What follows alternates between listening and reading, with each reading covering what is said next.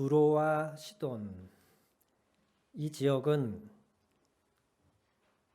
팔레스타인 지역에서도 지중해에 맞닿아 있는 항구 도시입니다.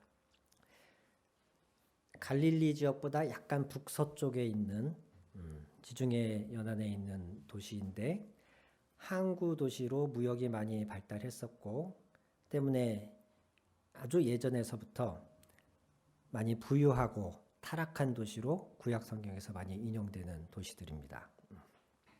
당연히 이 지역은 이방 지역입니다. 유대인들 기준으로 봤을 때에 자기들이 살고 있는 그 12지파가 점령했던 그 지역 외에 나머지 이방인들이 주로 살고 있는 지역, 거기 중에 하나가 두로와 시돈이었죠. 그런데 21절에 보니까 예수님이 거기에 가셨습니다. 거기에 가셨더니 마침 한 여인이 예수님께 나와서 크게 소리 지르면서 간청하며 자신을 도와달라고 이야기합니다. 복음서에서 예수님으로부터 너의 믿음이 참 크다라고 칭찬받은 사람이 두 사람 나오는데, 그 중에 한 명이 백부장이고 자기 하인이 병들었습니다. 예수님 고쳐주십시오. 그런데 예수님이 직접 오시는 것을 내가 감당할 수 없습니다. 말씀만 하셔도 낫겠습니다 했던 그 사람이 예수님으로부터 너의 믿음이 참 크다 칭찬받았고, 또 한 명이 바로 오늘 읽은 본문 안에 있는 이 여인입니다. 흥미로운 사실은 백부장이나 지금 이 여인이나 둘 다 이방인이었어요. 예수님으로부터 큰 믿음의 칭찬을 받은 사람이 유대인이 아니고 제사장이나 바리새인이 아니고 이방인이었어요.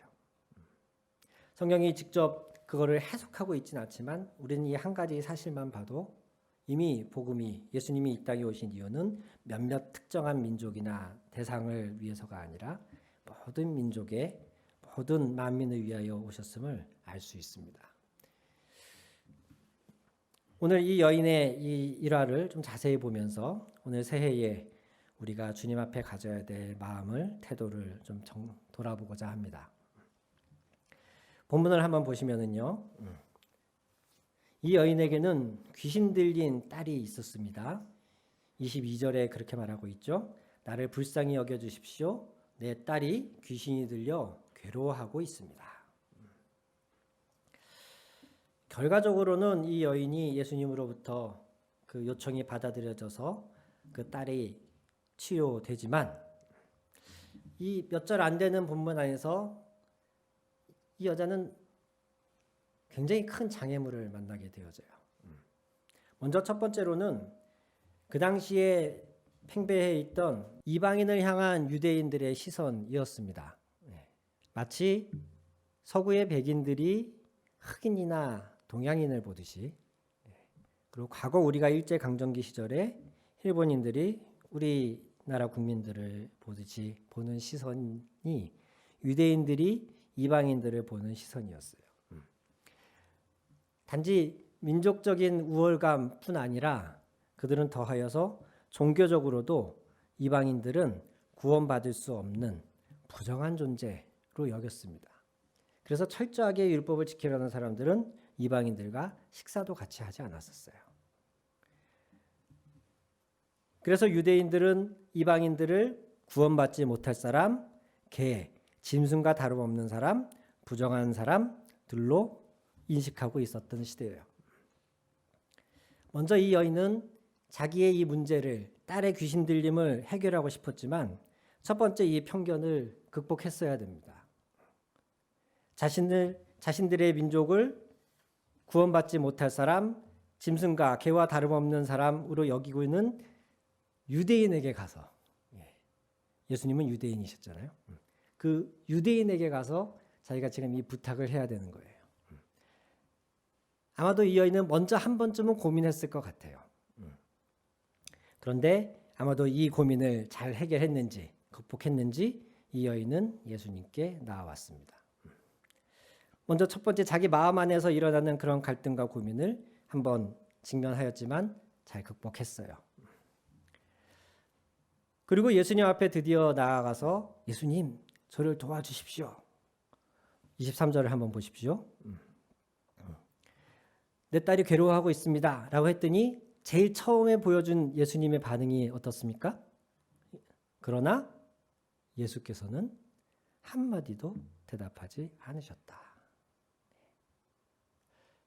처음에 좀 당황하지 않았을까 싶어요. 이 여인이. 뭐 가타부타 말씀이 있으셔야 되는데 또 이 여인이 예수님께 자기 딸을 고쳐달라고 나아오기까지는 무언가 예수님에 대한 소문을 들은 게 있지 않겠습니까? 기적을 일으키시는 분이시래더라. 또 이 여인이 자기 입으로 말하잖아요. 다윗의 자손이요. 예수님께 와서 다윗의 자손이요. 이렇게 말합니다. 뭔가 들은 얘기가 있는 거예요. 유대 민족들에게는 메시아 사상이 있는데 이 땅에 올 그 하나님의 아들이 있는데 그가 구원자이시래더라. 뭐 이런 들은 풍언에 의한 얕은 지식이라도 있었던 거예요. 그리고 그분이 지금 소문에 듣자니 나사렛 예수래더라. 그런데 우리 동네에 오신대. 그가 이미 갈릴리 지역에서 많은 사람들의 병을 낫게 하고 귀신을 쫓아내셨대. 이런 얘기를 들은 거예요. 그런 얘기를 들은 게 없다면 이 여인이 이렇게 다짜고짜 소리 지르면서 나를 도와주십시오 라고 했을 리가 없죠. 소문으로 들었을 때 예수님은 놀라운 분이고 위대한 분이고 좋은 분이라고 들었는데 그분한테 와서 간청을 드렸더니 가장 첫 번째 반응이 아무 대답이 없으신 거예요. 좀 당황스럽고 난감하지 않았을까 싶어요. 하지만 이 여인은 그냥 돌아갈 수 없었고 다시 한번 예수님께 간청합니다. 그리고 옆에 있는 제자들도 여인이 하도 시끄럽게 간청을 하니까 예수님 좀 뭐라고 좀 이렇게 한마디 하셔서 돌려보내 주십시오. 이렇게 얘기를 해요. 그때 예수님의 두 번째 반응이 나옵니다. 24절 한번 보실까요? 다 같이 한번 읽어보겠습니다. 예수께서 대답하셨다. 나는 오직 이스라엘 집에 길을 잃은 양들에게 보내심을 받았을 따름이다. 아멘. 마치 뉘앙스가 나는 이스라엘 민족만을 위해서 왔다 라는 뉘앙스로 들려요. 그래서 이 여인도 그렇게 들린 거예요. 그 말이. 그래서 25절에 예수님은 한 번 더 예수님께 간청합니다. 주님, 나를 도와주십시오. 분명한 거절 같진 않지만 뭔가 뉘앙스가 나는 너희들을 위해서 온 게 아니야. 이런 뉘앙스의 대답을 하시니까 다급해진 여인이 한 번 더 간청합니다. 이 여인의 간청에 마치 예수님이 쐐기라도 박듯이 26절 이렇게 말씀하세요. 다 같이 읽어봅니다. 예수께서 대답하셨다. 자녀들의 빵을 집어서 개들에게 던져주는 것은 옳지 않다. 이 여인에게는 예수님이 말씀하신 개가 누구를 의미하는지 이 여인에게는 아주 분명하게 인식되었어요. 이거 우리 들으라고 하는 소리구나. 나 들으라고 하는 소리구나. 유대인들이 안 그래도 우리를 구원받지 못할 사람, 개나 짐승과 다름없는 사람으로 여긴다더니 예수님도 똑같은 유대인이구나. 그러면서 자녀들의 빵을 우리 같은 사람들한테는 개들에게는 주지 않으시려는 거구나. 예수님의 말씀을 그렇게 이해했어요. 자, 이쯤 되면 네. 여러분들이면 어떻게 하셨을까요? 더럽고 치사해서 네. 아마 이런 얘기가 당장 나오지 않았을까 싶어요. 요즘 용어로 하면 갑질도 이런 갑질이 없지 않을까 싶어요. 저도 뭐 이와 비슷한 딱 맞는 케이스는 아니지만 교회 안에서 사람 때문에 뭐 목사님들이나 이런 교육자들 때문에 적지 않게 섭섭하고 속상하고 상처받았던 기억들이 있습니다. 그런데 오늘 본문에서는 보니까 제자들 때문도 아니고 장로들 때문도 아니고 예수님이 이 상처의 근원이세요. 처음에는 아무 대답도 안 하시고 두 번째는 기뻐하신다는 말씀이 나는 이스라엘의 잃어버린 양들을 위하여 왔다 라고 슬쩍 모른 척 하시는 것 같더니 세 번째는 아예 대놓고 나는 자녀들의 빵을 개들에게 주지 않는다 이렇게 말씀하시잖아요. 처음에 예수님 앞에 나오기까지 공개적으로 많은 사람이 있는 앞에서 자기 딸이 귀신 들렸다는 사실을 인정하면서 도움을 요청하는 것도 사실은 넘어야 할 큰 산이었을 텐데 간신히 그거를 극복하고 예수님께 와서 도움을 요청했더니 예수님은 좋은 분이라고 들었는데 그 예수님으로부터 대놓고 거절을 당한 겁니다. 아주 짧은 순간이었겠지만 이 여인 안에는 많은 생각이 오가지 않았을까요? 내가 이 꼴 보려고 여기까지 왔나? 해도 너무한다. 아무리 내가 이방인이라지만 이런 막 수십 가지의 생각이 오고 갔을 거예요. 저 같았으면 자리를 박차고 욕을 한 사발 해주고 돌아갔을 수도 있는데, 그런데 그 다음에 보여준 이 여인의 반응이 아주 놀랐습니다. 우리 27절을 한 목소리로 읽어보겠습니다. 그 여자가 말하였다. 주님, 그렇습니다. 그러나 개들도 주인의 상에서 떨어지는 부스러기는 얻어 먹습니다. 아멘. 이 말을 들은 예수님께서 그제서야 말씀하십니다. 여자여, 참으로 너의 믿음이 크다. 너의 소원대로 되어라. 아멘. 우리가 처음에 교회에 발을 디디거나 신앙생활을, 교회 생활을 시작하게 되는 계기는 다양합니다. 부모님이 이미 신앙생활을 하고 계셨기 때문에 모태신앙으로 시작하게 되는 경우도 있고, 어릴 때 교회 학교 재밌는 프로그램이 있다고 하니까 성탄절에 간식 준다니까 이렇게 따라가서 하기 시작하면서부터 하는 그런 케이스도 있고, 또 어떤 경우에는 삶의 어떤 큰 문제나 질병 앞에서 무언가 붙잡을 대상이 필요해서 했는데 마침 그때 누군가의 소개로, 누군가의 인도로 교회에 발을 들여놓기도 합니다. 이런 다양한 계기로 우리는 신앙생활을 시작하는데, 흥미로운 사실은 그 신앙의 여정은 많은 사람들이 비슷하다는 거예요. 꼭 시험에 드는 때가 한 번은 있습니다. 아니, 한 번이면은 좋은데 여러 번 있습니다. 근데 그 여러 종류의 시험 중에 외부의 핍박, 믿지 않는 주변의 가족이나 아니면 신앙생활하기에 너무나 어려운 조건인 직장 생활이라든가 내가 즐기고 누리던 기존에 버리지 못한 어떤 재미난 그런 유혹거리들, 이런 외부의 요인들을 지금 다루지 않습니다. 그런 건 이제 좀 다른 문제고, 오늘 보려는 문제는 교회 안에서, 더 나아가서는 하나님 때문에 우리가 시험에 들고 상처받는 경우가 있다는 거예요. 교회 다니는 사람들은 다 예수님 믿는 사람들인데, 또 그 중에 장로님, 목사님, 권사님들은 다 신앙생활을 수십 년 하고 이미 다 성숙되고 성화되어 계실 것 같은 분인데, 그럼에도 불구하고 우리는 때로는 교회 안에서 상처받고 교인들 때문에 너무 큰 아픔을 겪고, 더 나아가서는 예수님 또는 하나님, 그분 자체에게 상처받는 경우들도 있다는 거예요. 교회 안에서 이미 초대교회 때부터 사람들이 서로 상처받고 사람들 무리를 나뉘어서 하나 되지 못하던 기록은, 일이 있었다는 건 성경의 신약의 여러 곳에서 우리가 볼 수 있습니다. 서로 각자 따르는 사람들이, 나는 바울파다, 나는 아볼로파다 이러면서 서로 따르는 지도자가 달라서 티격태격하기도 했고, 야고보서 2장에 보면 제가 몇 구절 읽어보겠습니다. 여러분의 회당에 화려한 옷을 입은 사람이 금반지를 끼고 들어오고 또 남루한 옷을 입은 가난한 사람이 들어온다고 합시다. 여러분이 화려한 옷을 입은 사람에게는 특별한 호의를 보이면서 여기 좋은 자리에 앉으십시오 하고, 가난한 사람에게는 당신은 거기 서 있든지 여기 어디 내 발치에 앉든지 마음대로 하시오. 세번역으로 읽으니까 좀 더 실감이 나죠. 야고보서 2장 2절에 있는 말씀이에요. 이미 그 시절부터 교회 안에서 옷차림이나 가진 재산이나 사회적 지위로 인해서 교회 안에서 은근히 차별하는 시선들이 존재했었다는 겁니다. 정말 예수님을 필요로 하는 사람들은 오히려 낮은 사람들, 가난한 사람들이지 않겠습니까? 근데 그런 사람들이 어렵게 발걸음해서 공동체의 예배에 나왔더니 거기 어디 앉든지 말든지 서 있든지 대충 알아서 하시오 라는 취급을 받았을 때 얼마나 상처가 되겠습니까? 지금 생각하면 별거 아닌데, 저도 청년 시절에 좀 섭섭했던 게, 제가 20대 때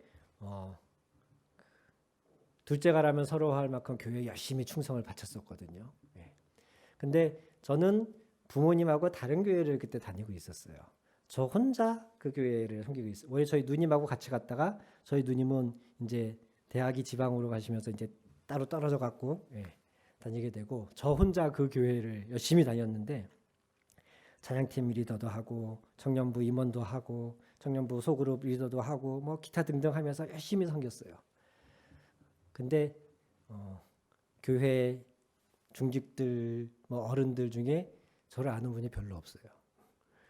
반면에 몇 년 동안 예배도 잘 안 나오고 뺀질거리고 제가 청년부 임원이었으니까 좀 예배 나오라고 신앙생활 제대로 하자고 그렇게 전화를 걸어도 모른 척하고 하던 장로님 아들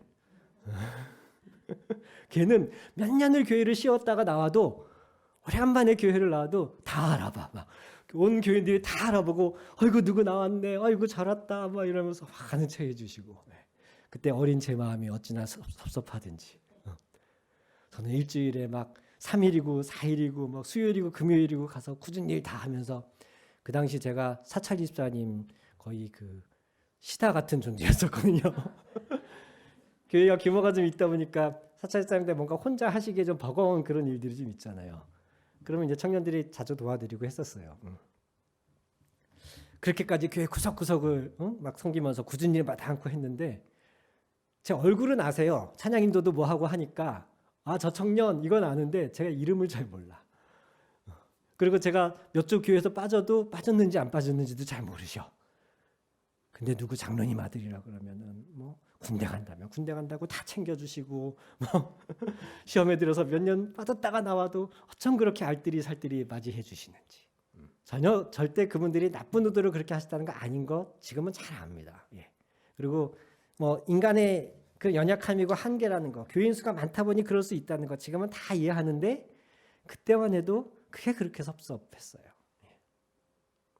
제가 아는 어떤 분은 아직 신앙이 그렇게 깊지 않을 때에 청년 시절에 교회에 예배하러 갔다가 거기가 저희 교회처럼 이렇게 신발을 벗는 곳이었나 봐요.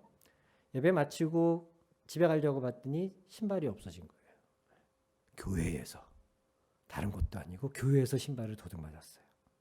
이게 상처가 돼서 교회에도 도둑놈이 있구나. 이러면서 교회도 믿을 게 못 되는구나. 이러면서 그대로 교회를 안 나가시는 분도 있었습니다. 어떤 믿음 좋은 너무 열심히 넘치는 고등부 부장님은 예배하러 오는 고등부 학생 중에 추리닝 입고 슬리퍼 끌고 온 청년을 막 혼내기도 해요. 어디 예배하러 오는데 슬리퍼 찍찍 끌고 오냐고 집에서 잘 때나 입는 추리닝 입고 오냐고 그러면서 막 혼내시고 당장 가서 옷 갈아입고 오라고. 그분이 얼마나 예배를 사모하시는지 얼마나 하나님 앞에 정말 최선의 모습으로 나아가서 예배해야 한다고 생각하시는지 그 마음과 열정은 익히 잘 알겠으나 그 꾸지람을 들은 아이는 다시는 교회에 나오지 않았습니다. 본의 아니게 주변에 있는 또는 뭐 한 달이 건너서 이렇게 다른 교회 성도님들하고 상담하거나 이야기를 나눌 기회가 있는데 그런 분들 중에는 갑자기 하던 일이 크게 잘못되어서 경제적인 큰 어려움에 처한다든가 결혼 생활에 큰 문제가 생겼다든가 아니면 자녀가 오랫동안 취업을 못하거나 진학을 못해서 나쁘끄러운 그런 분들이 종종 계신데 그런 분들이 그런 고민을 교회에서는 얘기를 잘 못해요. 심하게는 그렇게 갑자기 경제가 어려워지거나 집에 큰 우환이 있으면 오히려 교회를 떠나거나 다른 교회로 옮기기까지 하는 걸 종종 봅니다. 왜 그런가 봤더니 그 교회 공동체가 그런 아픔과 고통을 함께 나눌 만큼 성숙해 있지 않은 거예요. 누구네 어느 집사네 누구는 별거 한데 지금 부부 사이가 안 좋대. 그러면 기도해주고 안타깝게 여기고 어떻게 하면 그 안에 성령의 회복하심이 역사가 있을까를 고민하는 게 아니라 뒤에서 막 수근수근하고 바로 저 옆에 앉아 있는데도 자기들끼리 막 수근수근하면서 할 수 없는 말을 하고 이런 분위기 속에서 어떻게 자신의 가정 안에 있는 자신의 그 경제적인 문제들 아픔을 겪고 있다는 사실을 얘기할 수 있겠습니까? 결국 이러한 교회에 대한 상처, 성숙하지 못한 부분에 대한 섭섭함, 이런 것들이 우리가 하나님께 나아가는 장애물이 되기도 해요. 더 나아가서는 저의 경우도 그랬었는데 하나님을 오해하고 하나님에 대해서 상처받는 경우가 있어요. 제가 청년 시절에 주로 20대에서 30대 초반까지 좀 그랬던 것 같아요.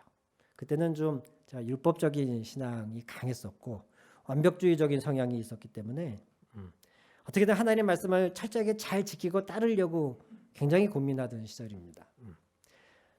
그런데 고민하고 노력은 하지만 그게 마음대로 잘 안 되잖아요. 그러면서 막 내 자신이 자괴감과 자책감으로 막 시달리고 그러면서 하나님 앞에 도움을 구하기 위해서 또 기도하고 막 그러다가 또 은혜 주시면 잠시 회복했다가 근데 또 실패하면 다시 나락으로 떨어졌다가 이런 다람쥐 쳇바퀴를 좀 돌던 때인데 그때 아직 저도 20대고 또 젊을 때고 하니까 하고 싶은 것들도 많잖아요. 근데 뭔가 이렇게 기도를 하면 하나님은 꼭 내가 하기 싫은 것만 시키시는 하나님 같은 거예요. 지금 얘기하려면 너무 유치해서 사실 얘기를 꺼내기도 부끄러운데 교회에서 무슨 발표회 문학의 밤 같은 거 이렇게 하면 하고 싶은 역할이 있고 하기 싫은 역할이 있습니다.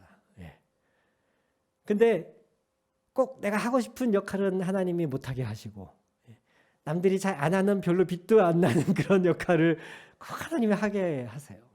근데 그때만 해도 이게 너무 섭섭한 거예요. 이런 작은 일들이 계속 쌓이면서 제 안에 하나님에 대해서 기도가 꽉 막히면서 어느 지경까지 갔냐면 나는 기도 안 해도 되겠다. 왜? 하나님의 뜻이 뭔지 너무나 분명히 알 수 있으니까. 하나님의 뜻은 내가 하기 싫어하는 그거야. 뭔가 두 가지를 놓고 세 가지를 놓고 선택해야 될 때에 기도하면 하나님은 꼭 내가 하기 싫은 것만 하라고 시키셨었으니까 이제는 기도할 필요가 없네. 무조건 내가 하기 싫은 거 하면 되네. 근데 이게 기쁘거나 즐거움의 고백이 아니죠. 하나님에 대해서 냉소하게 되는 거예요. 하나님은 내가 잘 되는, 내가 좋아하는 꼴을 못 보시는구나. 그저 나를 채찍질하고 단련하고 연단해서 내 안에 있는 모든 흠과 점이 다 잘려나갈 때까지, 다 깨끗이 될 때까지 그저 나를 몰아붙이는 그런 하나님이시구나. 그때 제 신앙생활의 결론은 그거였었어요. 그러니 해야 한다는 의무감 때문에 열심히 교회 일은 하지만 전혀 기쁘거나 즐겁지 않았죠. 그거 안 하면 큰일 날 줄 알고 하는 그런 신앙생활. 매사에 내가 뭘 잘못하나 감시하고 계신 그런 하나님 밑에서 내가 하기 싫은 거 겸손해라, 용서해라, 사랑해라, 뭐 욕하면 안 된다, 뭐 섬겨라, 나눠줘라. 숨을 못 쉬겠는 거예요. 성경은 분명하게 선포하고 계십니다. 예수님에 대하여 말씀하기 때에는 예수님이 길이요 진리요 생명이시다. 예수님으로 말미암지 않으면 아버지께로 갈 자가 없다. 다른 이로선 구원을 받을 수 없나니 천하 사람 중에 구원받을 만한 다른 이름을 우리에게 주신 일이 없다. 아멘. 오직 주님만이 우리의 인생의 유일한 희망이고 해답이십니다. 근데 문제는 그분께 나아가야 되는데 자꾸 막힌다는 거예요. 우리의 장애가 되는 여러 이유가 있지만 심지어 교회가, 심지어 하나님 자체가, 주님 자체가 내가 그분께 나아가는 장애가 될 때가 있다는 겁니다. 오늘 이 수로보니게 여인처럼 믿고 찾아갔는데 좋은 분인 줄 알고 갔는데 거절당하고 상처 주는 분이었네? 라는 경험을 한 이 여인처럼 주님을 만나야 우리 삶의 문제가 해결되는데 주님 밖에는 다른 구원의 희망이 없는데 다른 존재도 아닌 교회 때문에 예수님 어떤 말씀의 어떤 구절이나 교회의 어떤 잘못된 전통 때문에 내가 그분 앞에서 막힐 때가 있는 것이 우리의 현실이라는 겁니다. 오늘 하나님은 이 말씀을 통해서 새해 아직 이 첫 달의 시작에 우리에게 좀 도전하고 계시다고 믿습니다. 왜 예수님이 이때 이 여인에게 이런 태도를 보이셨을까? 예수님이 이 여인에게 하신 이 말에는 어떤 또 다른 의도가 있으신 건가? 신학적으로 몇 가지 해석들이 있어요. 근데 저는 지금 그것을 얘기할 필요는 없다고 생각하고요. 지금 보고자 하는 건 이 여인의 태도거든요.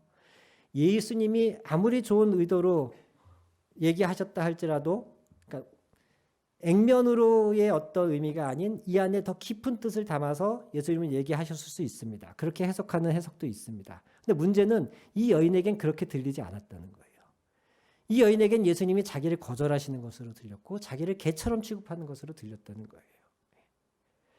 그런데 그럼에도 불구하고 이 여인은 그 장애물을 넘은 겁니다. 그 벽에 막히지 않은 겁니다. 옳소이다 예수님, 그렇습니다. 나는 개입니다. 그런데 내가 개라 할지라도 나에게 푸스러기 같은 은혜라도 나는 필요합니다. 그만큼 이 여인은 간절했던 거예요. 그만큼 이 여인에게는 예수님 말고는 답이 없다. 예수님이 나의 유일한 희망이시다. 예수님만이 나의 딸을 고치고 살리실 분이다. 이런 절박한 믿음이 이 여인에게 있었던 거예요.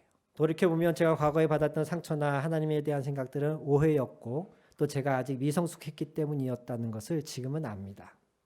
지금은 그렇게 고백합니다. 그러나 어쨌든 그 시점에 저에게는 그게 상처였고 하나님께 나아가는 큰 걸림돌이었거든요.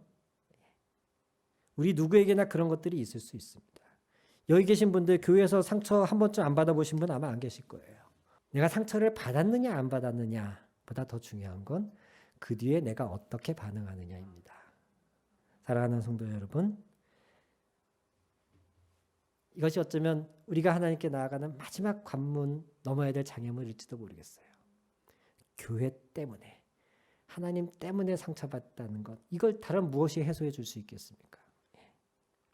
그럼에도 불구하고 오늘 이 수로보니게의 여인을 통해 하나님 우리에게 도전하십니다. 혹 너의 그 교회로 인한 상처나 나에 대한 오해가 있다 할지라도 그것이 당장 해소되거나 풀어지지 않는다 할지라도 그럼에도 불구하고 나에게 나와라. 그럼에도 불구하고 나를 찾아라. 그럼에도 불구하고 네가 찾고 두드리고 매달릴 존재는 나밖에 없다. 이 여인과 같은 믿음이 너희에게 있기를 축복한다. 이 새해 벽두부터 하나님은 우리에게 이 여인처럼 하나님께 더 나아가기를 요청하고 계십니다. 제 아무리 큰 상처도 하나님께 나아가는 것을 방해할 만한 합당한 상처는 없습니다. 제 아무리 큰 문제를 우리가 교회에서 경험했다 할지라도 어떤 말씀에 어떤 한 구절이 휘적 자꾸 걸리고 그것 때문에 시험에 든다 할지라도 우리는 성경 전체를 통해서 하나님을 보아야 하고 과거에 제가 그랬던 것처럼 그건 오해이고 착각일 수 있습니다. 중요한 건 지금 당장 눈앞에 그러한 문제가 있다 할지라도 우리에게는 다른 선택의 여지가 있어서는 안 된다는 겁니다. 주님께 나아가십시오. 그 문제를 돌파하고 한 번 더 주님께 간청하십시오. 그럴 때 주님이 수로보니게 여인에게 말씀하신 것처럼 잘했다. 너의 믿음이 참으로 크구나. 너의 소원대로 될지어다. 이렇게 칭찬하시며 우리의 삶에 가장 우리 안에 있는 깊은 문제도 어려움도 해결해 주시고 올해 한 지경 더 높은 곳으로 우리의 신앙 여정을 인도해 주실 줄 믿습니다. 기도하시겠습니다.